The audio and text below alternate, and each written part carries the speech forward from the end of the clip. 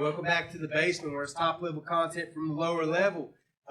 So as what we done so far this week is we had an exclusive interview with Elite Rejects' own The Ghost, which plays Grand Theft Auto 5 on the 5M servers on YouTube. He has 485,000 followers, so hop on over to YouTube, give him a follow. We also talked about the problem with youth sports. We talked about everything from a wide range of coaches, referees, parents, and everything that's involved actually in the youth sports aspect. So how are y'all feeling so far this week with the episodes we have recorded? I feel like we put out some really good content. Yeah, I really liked the interview with Ghost because I had a lot of questions for him.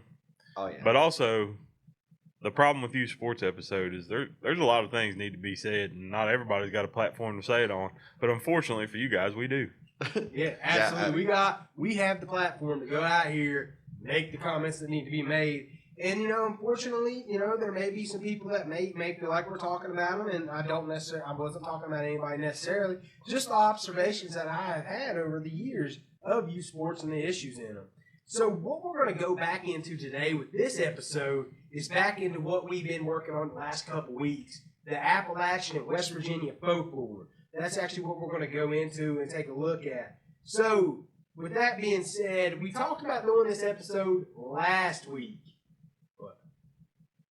We talked about doing this episode last week. However, it kind of got pushed back due to us barely and narrowly surviving the world's hottest gummy bear challenge and the really nasty jelly bean challenge and the world's hottest beef jerky. So we wasn't able to record anymore because we literally passed away. But we're back now. So with that being said, we're going to talk about something that happened in the dead center of West Virginia, actually in Braxton County to be exact, the Flatwoods Monster, or BRAXXIE, or some people like to call it the Flatwoods Monster or the Green Monster or the Green-Eyed Monster. It is such a legendary folklore in West Virginia. They have actually made their own, blonde ale. It's right here, as you can see, the can. We'll show it to the TikTok live. We'll show it to the TikTok live. Hey, that is a closed container as well. It is closed. There's nothing being used. There is no consumption being going on right now. So what we're going to do is I'm actually going to read a little bit just to give a little bit of a backstory on the Flatwoods Monster. So it's going to seem a little sermony. But I'm just going to give some information, okay? The Flatwoods Monster, also known as the Braxton County Monster, BRAXXIE, or the Phantom of the Flatwoods in West Virginia folklore, is a creature reported to have been sighted in the town of Flatwoods in Braxton County, West Virginia, on September 12, 1952, after a bright light crossed the night sky. Investigators now suggest that the light was a meteor, and the creature was a barn owl perched in a tree with shadows making it appear to be a large humanoid. So let me get this straight. They decided to say, "Oh, that was a barn owl." Now a barn owl's not even that big of an owl. And a barn owl's eyes do not glow red. I'm pretty sure they don't. Yeah. And I know it doesn't look like it has a hood over its head either, like how the Flatwoods Monster's been described either. Mr. Officer, with all due respect, that is not a barn owl. That's a pterodactyl. That was a pterodactyl. So, with that being said, let's go into the history of it, and we're going to do a little bit of talking back and forth of what we think. So I am going to read just a little bit here, a little expert here. At 7:15 on September 12, 1952, there was two brothers, Edward and Fred May, and their buddy Tommy. What they were doing was they was outside playing football, like, a lot of our kids do in West Virginia. But some of the reports I read is that these kids were playing two-hand touch football. I know for a fact that is a lie, because in West Virginia, we play tackle football. Oh, most definitely. And we destroy, so that's already debunked. So they actually seen this bright object across the sky and land on the property of a local farmer named Bailey Fisher. The boys went home and told their mother, Kathleen May. They told her the story. May, accompanied by three boys, local children, Neil Nunley, Ronnie Shaver, and they found a West Virginia National Guardsman by the name of Eugene Lemon. That kid, the Eugene Lemon, was only 17 years old and in the National Guard. So they went to the Fisher farm in an effort to locate whatever it was that Edward and Fred had claimed to see. The group reached the top of the hill where Nunley said they saw a pulsing red light. Lemon said he aimed the flashlight in that direction and momentarily saw a tall, man-like figure with a round, red face surrounded by a pointed, hood-like shape. Okay, let's pause there, part of the story. Does that sound like a barn owl to you guys? No, not at all. Are barn owls even red? Like, let's just start with that part of it. No. No. No. They are a beautiful animal. They are. However, I don't know if you've ever been in the woods or been anywhere where a barn owl's at. They will scare you. Oh yeah. Because especially, I remember growing up, we lived in the woods, and I thought there was something outside my window, and I was panicking. And I ran out, and I was like, Dad, there is something outside my window. And he come in there, heard it, and starts dying laughing. He said, boy, that's just an owl. Go back to bed. I said, that's not an owl. It's somebody dying out there. He said, no, it's the Flatwoods That's monster. the Flatwoods. That's BRAXXIE out there. Pterodactyl. Funny pterodactyl story. So we'll dig back into this. Description varied. An article for Fate magazine based on his tape-recorded interviews. UFO writer Gray Barker described the figure as approximately 10 feet tall, with a round, blood-red face, a large pointed hood-like shape around the face, eye-like shapes which emitted greenish-orange light, a dark black or green body. They described the figure as having a small, claw-like hands, or she even actually said antennas, is what it looked like, with little claws at the end of it. Clothing like folds, and a head that resembled the ace of spades. According to the story, when the figure made a hissing sound and glided towards the group, so what happened was they turned around and seen the Flatwood monster about 10 foot from them, because they were fixated on this actual whatever glowing meteorite or spaceship was laying on the ground. They were fixated on that and had no idea this thing was sitting a car length from them watching it. When they turned around and seen it, it lunged towards them and squirted some type of oil all over them. What? Yeah. I hadn't heard that part of it. Exactly. I've been digging into it today, buddy. That's what I've been doing. The group said they had smelled a pungent mist, and some later said they were very nauseated. The local sheriff and a deputy had actually been investigating reports of a crashed aircraft in the area about a couple miles away. So they were already investigating a crashed aircraft. Yeah. At this time. They were unable to find anything. They searched the site of the reported monster, but saw, heard, and smelled nothing. According to Barker's account, the next day, A. Lee Stewart Jr. of the Braxton Democrat claimed to have discovered. I don't know why that's important. Like his That's the political name of affiliation. That's the name of the newspaper. Oh, bro. it's the name of the newspaper? I was like, why is that important? Wow, okay. Have discovered skid marks in a field in an odd gummy deposit, which subsequently attributed by UFO enthusiast groups as evidence of a saucer landing. I'd have had skid marks in my britches. Yeah, right. So if I've seen something 10 foot with red eyes and suck like that, squirt oil on me, somebody would have put Yeah. I've been hightailing her all out there, old bud. But according to former news editor Hoyt Brin, boy, you can tell us is deep West Virginia with these names. We stitching on ourselves with these. Yeah, right. Newspaper stories were carried throughout the country. Radio broadcasts were carried on large networks, and hundreds of phone calls were received from all parts of the country. The National Press Services rated the story number 11 for the year. So it was number 11 out of all news stories within the whole year. That's awesome. 1952. 52. A minister from Brooklyn came to question the May family. A Pittsburgh paper sent a special reporter. UFO and 14 writers like Gary Barker and Ivan T. Sanderson arrived to investigate. Ivan T. Sanderson was real big at that time for investigating things like this. So we're going to look at the legacy. And then after I get through with these facts, we're going to throw out some other things that I actually had learned, okay? Officials in Flatwoods erected a welcome sign which designated the town as home of the Green Monster. The town also commemorates the legend in its annual Flatwoods Day Festival. We should go to that, guys. For sure. Oh, we should definitely go to that. So, located in the town of Sutton, the Braxton County seat is the Flatwoods Monster Museum, which is dedicated to the legend. So, the legend of the Flatwoods Monster has also been inspired in beyond West Virginia. It's actually a huge thing in Japan. Really? Yes. For some reason, people in Japan, they like attach to American lore. Yeah. And once they attach to something, they fixate on it. I feel like that's probably payback for us fixating on Godzilla. Well, yeah, I mean, I'm a huge Godzilla fan. But yeah, they are huge into, so much so. Have you guys ever played The Legend of Zelda Majora's Mask? I have not. No. there is a mission on there, if you will, where aliens descend upon this farm and they're attacking all the cows and the community members, and you got to go fight these aliens. Well, it's never said that these aliens are related to the Flatwoods monster. However, I'll show you a picture. Drew will show you a picture in the live here that looks just like the description of the Flatwoods monster. And they're everywhere on there. Which is, Legend of Zelda is made in what country? Japan. Japan. It's a Nintendo company, right? Yeah. So a couple more things with this Flatwood monster is there was also another story where a couple was driving their car the next day, and their car just shuts off, stops working. So the guy gets out, being in West Virginia, man, it's dark outside. We're like, we'll fix this. Gets out, pops the hood, looks at it, says, I don't know what's going on here. It's broke. He says it's broke. But he sees a light. This is when you know it is a true West Virginian story. He sees a light in the woods, pulsating, a reddish orange light. So being the true West Virginian man this guy is, whose name has remained anonymous, said, you know what? Let me go in these woods, check this out real quick.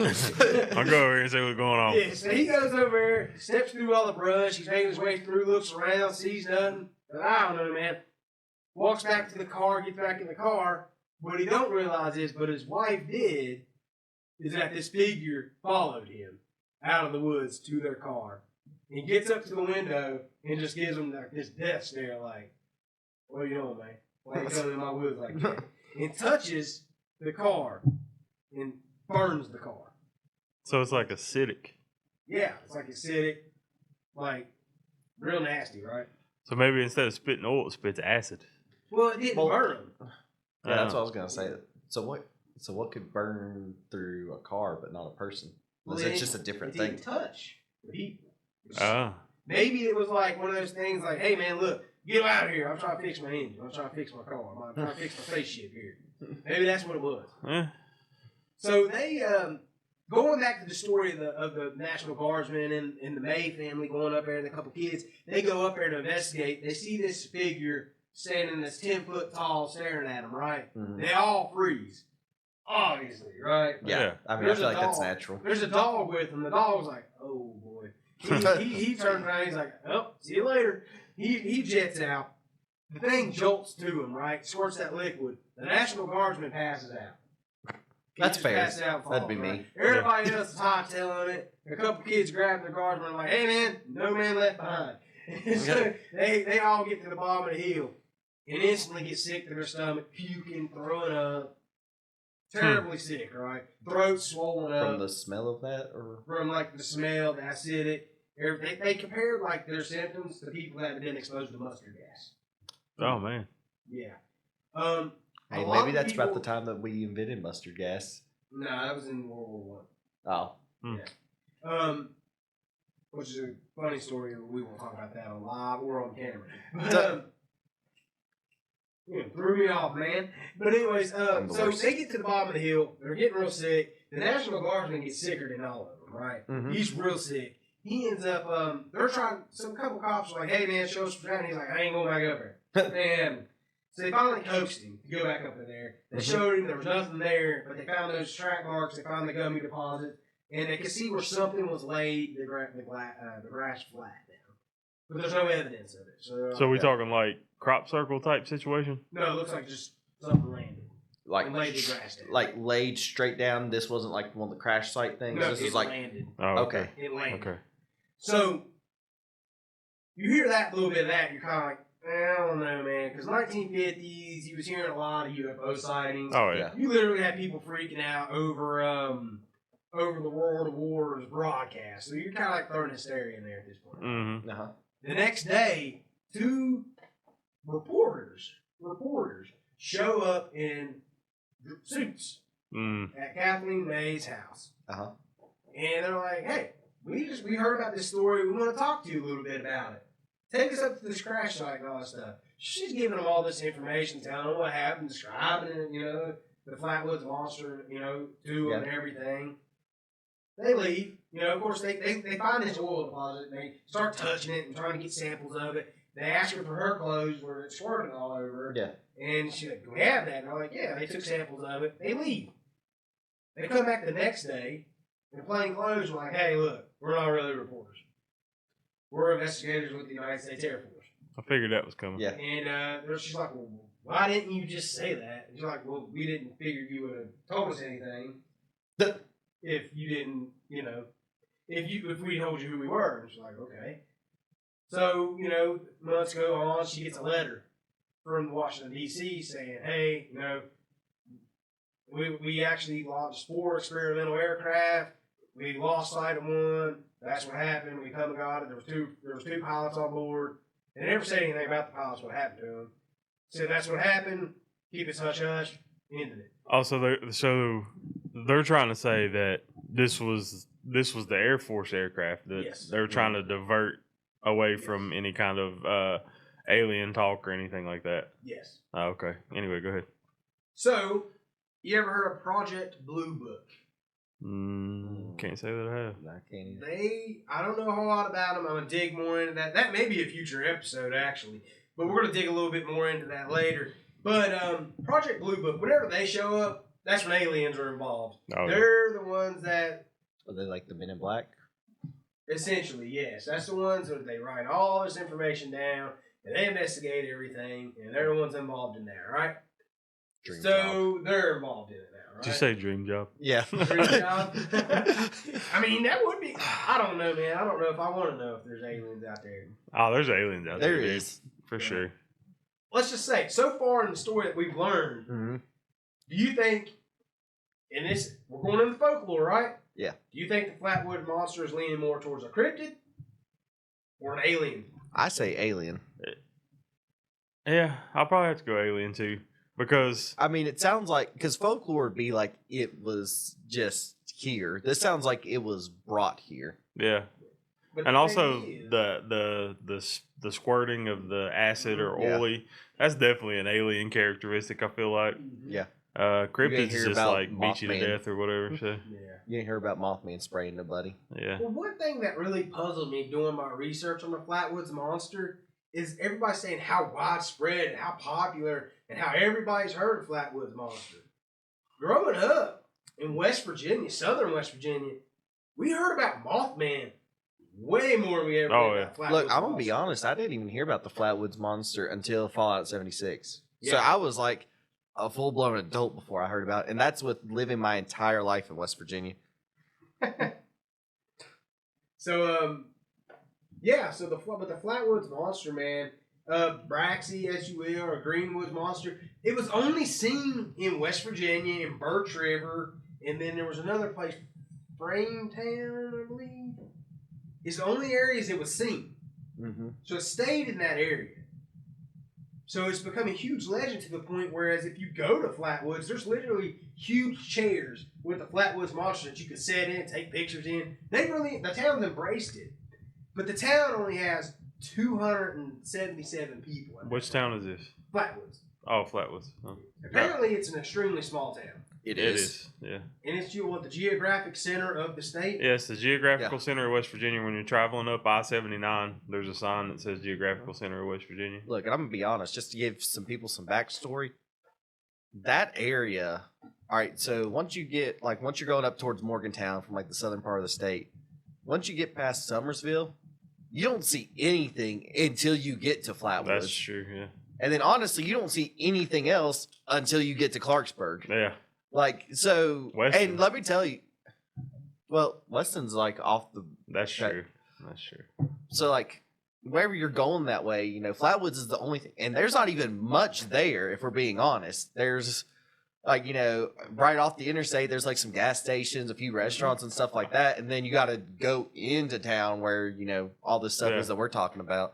So, for the people that are like, well, why didn't some of the other areas around see this? It's because there's nothing else around, Yeah, realistically. there's really not. The No. thing is there is a little area about, I think I say like 10, it's in Braxton County, where they literally reported a plane crash, or a plane disappeared. So when these people, the Mays and the kids and the National Guardsmen went to the sheriff to report this, they said, Yeah. the sheriff's not here. He's reporting a call down the road of a plane that just crashed. And what's also eerie is the fact that all over the United States, from Pennsylvania to California. That same night, there was all types of UFOs, flying objects reported in abundance all over the United States. So is it on like, that same day? So you think that's one of those things where we got invaded? There's also a story of that had like a bunch of the aircraft landed, and there was a bunch of smaller aircrafts that formed like a U shape around up in the air, like they looked like little like repair ships, and they were kind of like hovering over this. I don't know how true that part is, but I read that story. This is just a very interesting story. The Flatwoods Monster. I really like this interpretation on Fallout 76. It was a very cool character on there. It actually looked just like the West Virginians described it. It fought just like they described it. It like shooting out this little things out of its hands and stuff. It's very cool boss on there. Fallout, like I said, I know I've said this in the last couple of episodes. Fallout 76 done a great job of West Virginia folklore. They did an amazing job of West Virginia. I really got to give it to those guys. They actually, when they released that game and announced it, where they announced it at? The Greenbrier, wasn't it? In the bunkers in the Greenbrier. Oh, yeah. I mean, because that's where it starts, right? Right. You're in a vault. So it's a really great game, really great franchise, and you definitely should check it out. That's probably an episode that we didn't even think about doing. Was the Greenbrier. All right. It's called what? The White Springs Resort on Fallout 76. Yeah, they don't call it the Greenbrier; they call it White Springs. I guess they didn't want to pay the license. The town's White Sulphur Springs. Yeah, but I don't think they wanted to pay. I don't think they wanted to pay Baby Dog's dog food. I don't think they want to do that. Speaking of Baby Dog, and since we're talking about West Virginia folklore, is that West Virginia folklore at this point? Yeah, I feel like it does. I feel like it's modern folklore. Mm-hmm. Did you see her official portrait? I did. Yeah. She got an official Senate portrait. Oh, good Lord! Dog's a legend. Oh boy. Do it for Baby Dog. One thing that I do want to throw out there when I was doing my research and listening to other podcasts, and I do that, I'll listen to other podcasts, I do research on anything we're talking about, is the fact that there was a lot of people that like to make disparaging remarks because it was in West Virginia. Like, for example, one podcast, they're from Louisiana, which, they're so much better. Right? Oh, yeah. And they wanted to make the comment, like, these boys, they went home and told their mom, and they're like, what, his sister? And he's like, no, their mom. Yeah, probably their sister too, right? So, so people that talk like that, you're a punk. You don't say that to her face. But, spit some pepperoni rolls at you. Yeah. So with the Flatwoods Monster, I mean, there's some other interesting facts about it. Like I said, it's located in Braxton County. It was also on the second episode of the 2019 History Channel series Project Blue Book, titled The Flatwoods Monster, which, from what I read in that episode, is a horrible depiction of what actually happened. Really? Yeah, a lot of history people like watched it and they're like, I don't really like it. I don't think that's a great depiction of it. But I mean, as with everything, that's kind of what happens, Oh yeah. So, you want to talk about, we're going to jump into a little kind of a conspiracy theory type thing that you talked about on our TikTok page. I want you to take it away. I want to talk about this real quick. Yeah, so actually, spot there, a little bit. But actually, there was just something else today about planes, commercial aircraft. Mm-hmm. This whole thing, it's every day on the news. Planes clip wings on runway, planes near miss on runway. Yeah. Dude, it's daily. Yeah, we've never heard about this much in our entire lives. Mm-hmm. Yeah. I mean, I understand that nowadays everybody's got a smartphone in their pocket. Everybody's got social media. Everybody's quick to pull up that phone and start recording. I get that. But I heard this conspiracy, and I am 100% behind it.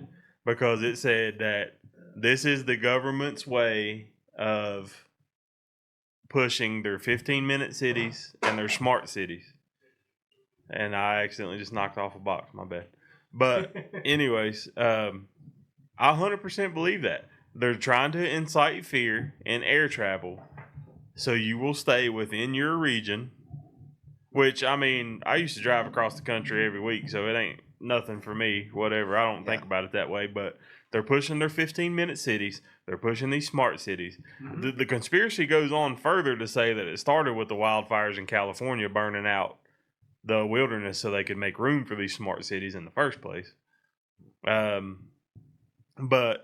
they're trying to incite fear in us. And to the extreme level, they're trying to incite that fear so we'll keep our money within states and municipalities. And I believe it 100%. Because I'm sure that this has always been an issue. I'm sure that there's always been times when planes almost hit each other on the runway. There's plane crashes. And, you know, I don't mean no offense to any of the families of any of the victims in any of the plane crashes that have happened recently.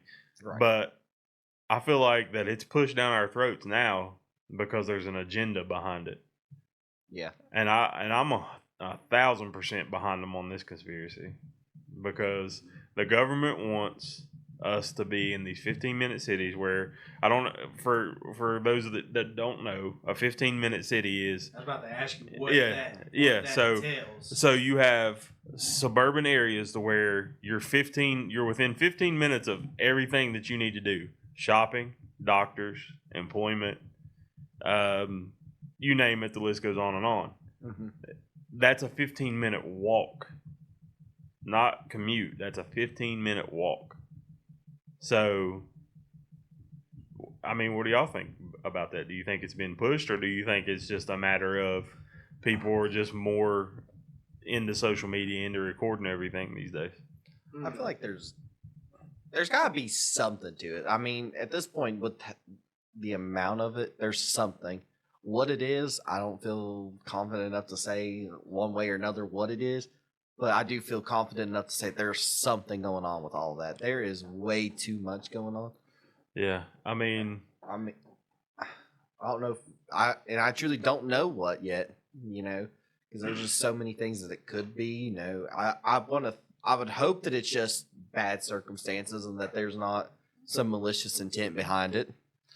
Well, I mean, you know, in this day and age, I mean, we don't know what to think anymore. Honestly, because I mean, you don't know what to believe anymore. I mean, for example, we even go back to the 1950s with the Flatwoods monster, a 10-foot tall creature, and they're like, "Yo, that was a barn owl." Like, what are you crazy? like what that barn owl do? Get like 20-foot drapes or something, and wherever it flew out. Yeah, right. I mean, it said it was hovering too. Yeah, I don't want to get too crazy here with this, but is a smart city the same thing as a 15-minute city? Is it just two different names? No.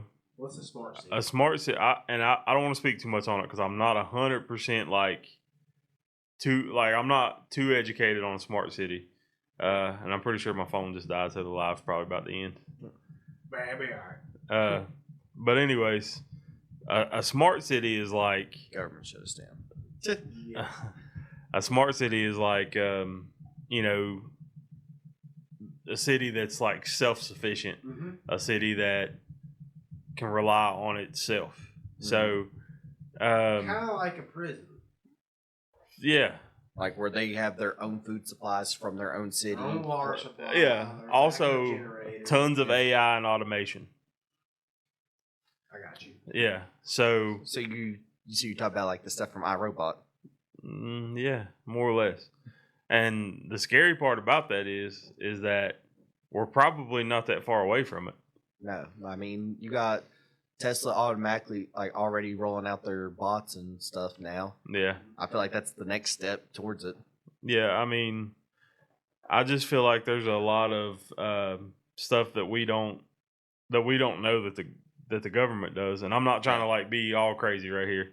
I just feel like that some stuff's pushed down our throats, and I feel like this has been one of those things. And anytime something's been pushed down your throat, there's probably something behind it. Yeah. Well, I mean, you know, for example, what if this really was military jet? Like going back to the Flatwoods part, I'm sorry.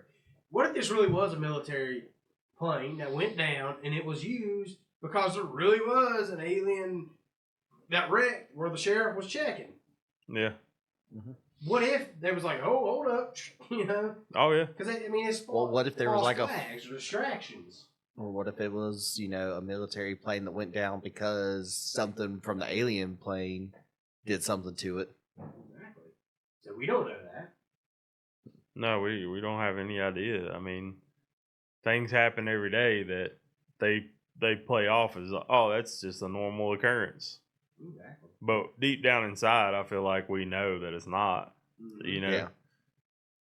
So, I feel like we dug in a Flatwoods monster. We talked a little bit about this conspiracy theory. Let's talk about something. We ain't 30 minutes in. Let's do something we don't normally do. Okay. Let's do a recap of what everything has led up to this point. This is currently it's Saturday. Well, actually it's Sunday. Yeah. At 2 a.m. on March 2nd. My fault. So yeah, it's Drew's fault. No, I'm just playing. It's nobody's fault. It's but the thing with that is let's talk about some stuff that's happened this week. Last week. We started off a couple weeks ago in West Virginia, Kentucky, Virginia, North Carolina, Tennessee with a massive flooding. Yeah. In this area. It destroyed a lot. A lot of people lost homes, cars, everything they had. We had a great local team, 2 Live crew that, well, first off, let's go back before that. We asked everybody for donations, and which was great. Donations to go towards people in McDowell County to help them out for losing everything and everything. And you guys donated how much total? Right at $200. I don't remember. Right at $200 per se. Yeah. Donated right at $200. So what we done is I wouldn't say we, because it's your money. Y'all done it. We just facilitated it, more or less. So thank y'all for that. But what happened was this 2 Live crew is a travel football team out of Bluefield, West Virginia. They messaged us and said, hey man, we're taking out cleaning supplies. We're taking out much needed supplies down in McDowell County, but we need a little help. We need some food, like hot dog weenies, hot dog buns, condiments, stuff like that. Yeah. So we was like, hey, with your donations, we provided 80 hot dogs, the weenies and buns, for a 2 Live crew to take down there. They cooked it, they served it, they provided it. So hats off to 2 Live crew. Thank you guys for doing that. Yeah, absolutely. Then we got a message from this little restaurant called the Coal Miners Diner in Buffalo, West Virginia. That's out in the middle of nowhere. But they messaged us and said, hey man, we're going down to Yeager High School, McDowell County, from 10 to 4 this weekend to hand out free meals for everybody down there. And we got talking like, hey, we got some money left over from these donations. We don't have enough to justify us driving down there and doing certain things. So let's donate, and we did, right? Let's donate the leftover money to the Coal Miners Diner to help them provide meals for these families. So we donated the rest of the money to the Coal Miners Diner out of Buffalo, West Virginia, to feed families out of Yeager, West Virginia today. And like again, I say we, and when I say we, it's all of us. Everybody that's donated money, everybody that watches us, everybody that shares the lives, everybody that follows us, likes us. Because without you guys, none of that's possible.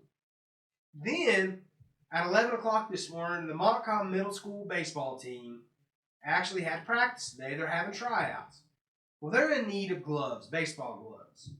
So what we was able to do with some help is we was able to provide, I know it's not a lot, but we was able to provide 4 baseball gloves, brand new baseball gloves to Montcalm Middle School football team today. I went to their practice. Baseball? What did I say? Football. Football, yeah. I'm sorry, baseball team. Montcalm Middle School baseball team. Chris Sanjit is their coach. He's a great dude. I've known him forever. Went to high school with him. I went over there. I watched him practice for a little bit, for probably 45 minutes. Gave him the gloves. Got a nice little picture with him. I'll post it on our Facebook page if you want to go look at it. So I'll post their schedule once I get it. Y'all guys go out there and cheer them kids on, okay? For sure. Get out there in your community to any teams that are playing, any local teams. If you're not doing anything, go out there and support them. Cheer them on. Kids need that. Yeah, they do. Yeah, they really do. I agree. That helps boost their confidence, and you never know when they need that little confidence boost. Yep. And we are growing. This channel has grown. This makes what? The 5th week? Something like that. Or the 4th week? Well, technically, it's our 33rd day. So it's our 33rd day of being a podcast. And so far, we have surpassed all of our goals. And like I said, I say we, but we're nothing without you guys. Without your follows, without your likes, without your shares, without you just talking about us, tagging us and stuff, sending us stuff. Sending us funny videos, sending us ideas. On the TikTok, YouTube, Facebook, all the podcasts. Without you guys, we wouldn't have been able to do anything. I posted a post on our Facebook page, said, "Hey, do me a favor. Hit that invite button, invite 10 people." What y'all invited 400? Yeah. I appreciate that. That's Yeah, how many people just joined over, exposed to this to us. Well, we had people invite thousands of people. Yeah, but we got 300 to 400 followers from that. Yeah. Yeah. As of yesterday, it was a 306 follow increase on Facebook. We've gained more since then. Yeah. Also, our YouTube subscriber list has grown. Yeah. We're at 81 subscribers. I would like to have 90 subscribers within the next 2 weeks. That's attainable. I feel like I want to have 100 by the end of March. We want 100 followers, 100 subscribers on YouTube by the end of March. Get out there and share our page. Follow us. Look, like I said, we're not doing any of this donating and any of this helping for clout. It's not what it's about. It's never what it's going to be about. It is 100% to help people that need the help. We want to be in that position to do that, to help the people. Help our kids. I want to help kids. Give back. So it's not about clout. I don't want the clout. I want kids to have what they need. 100%. Yeah, absolutely. And who knows? Maybe if we get to 1,000 followers on Facebook, we may think of us a giveaway. Don't know yet. We'll think of something. Most definitely. I mean, we'll come up with something. Because, I mean, that's just around the corner. We better be thinking. Yeah, we're almost there. We get another big surge, we're going to be up the creek without the paddle. Absolutely. This is going to be old news by the time you get this video. But boy, you Cowboys fans better be shaking in your boots because Deebo Samuel's just come to Washington. Yeah, you already had Philly to contend with. Now you got, man, you're just done. Yeah, done. I feel bad for you. I mean, you probably still beat up on the Giants though. At least for a couple seasons. Yeah.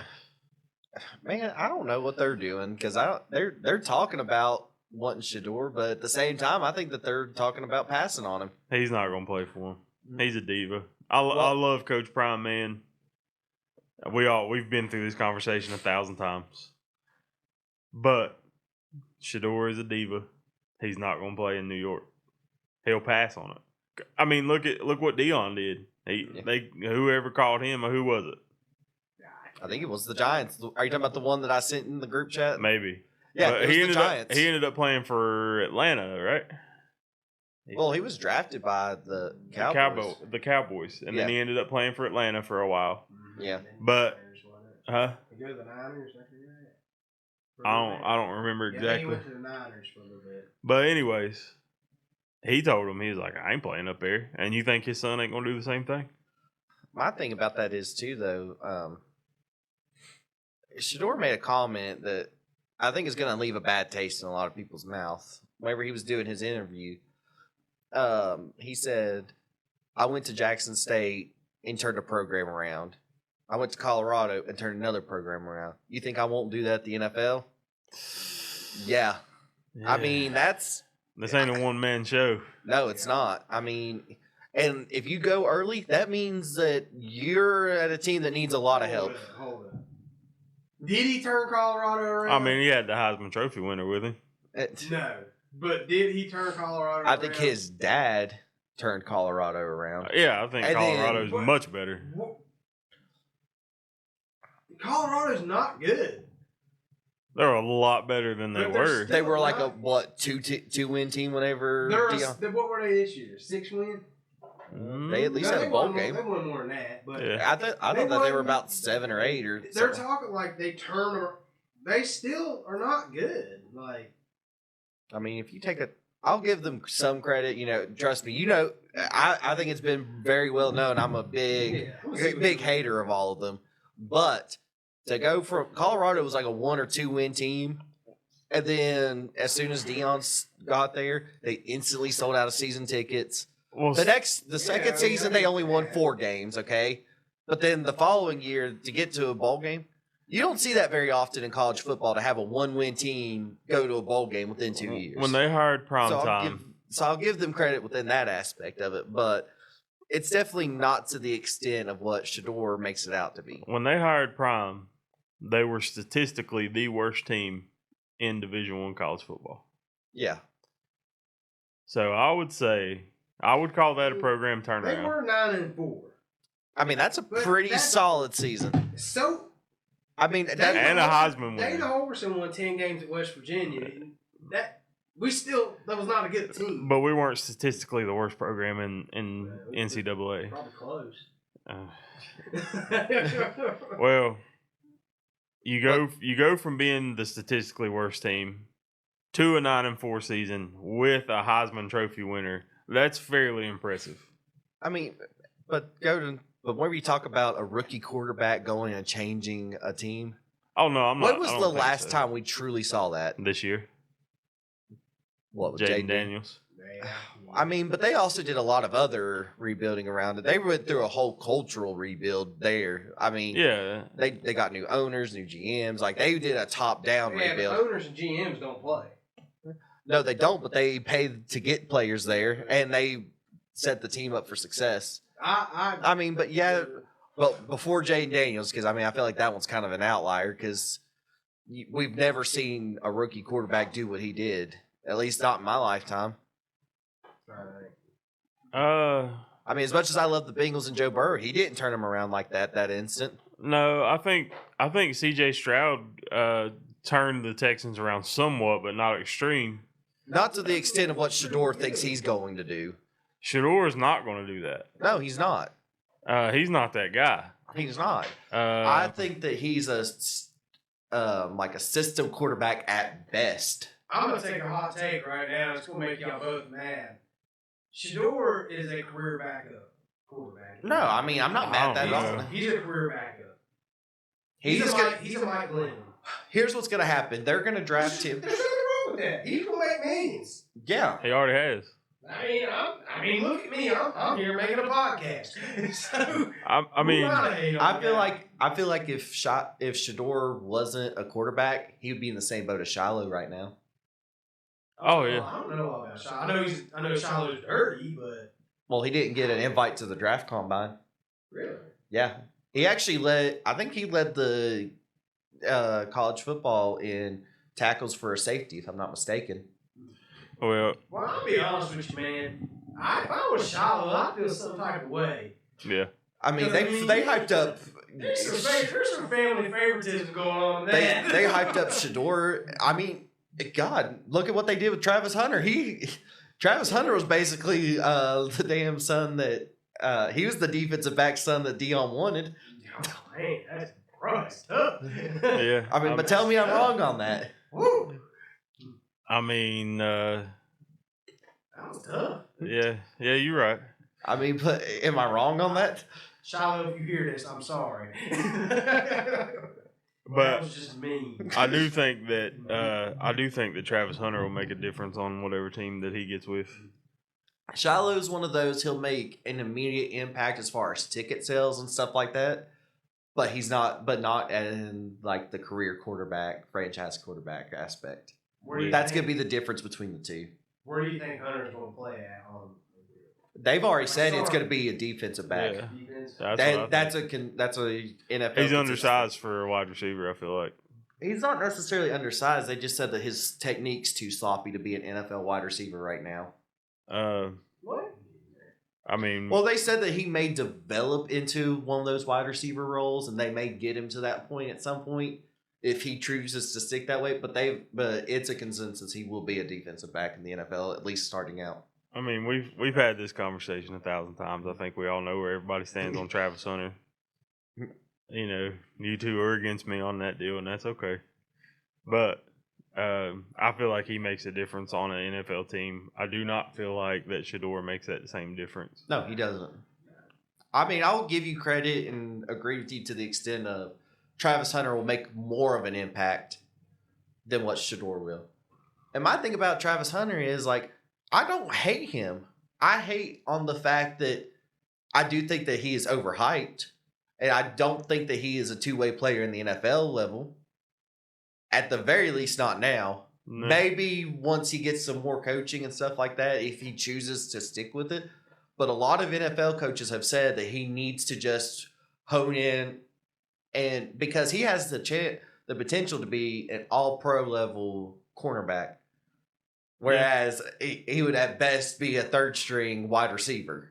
Yeah, I mean, we can argue till we're blue in the face on the whole, Travis Hunter, this and that, because I feel like he was great in college. Played pretty much every snap. You know what was really bad though, Travis Hunter's game? What? His touchdown celebration week. But I don't think that he's going to go super early in the draft either. Who, Travis Hunter or Shiloh? Travis. They're saying, well, I think that he's going to be a top 3. He'll go to the first team besides the Titans that doesn't need a quarterback. You think? Yep. Maybe. I think Abdul Carter's going to go 1. And then I think that Cam. Yeah, probably Cam. Unfortunately, probably Shador. Even though I feel like Travis Hunter deserves to be drafted above Shador, but I don't think he will. I don't know, man.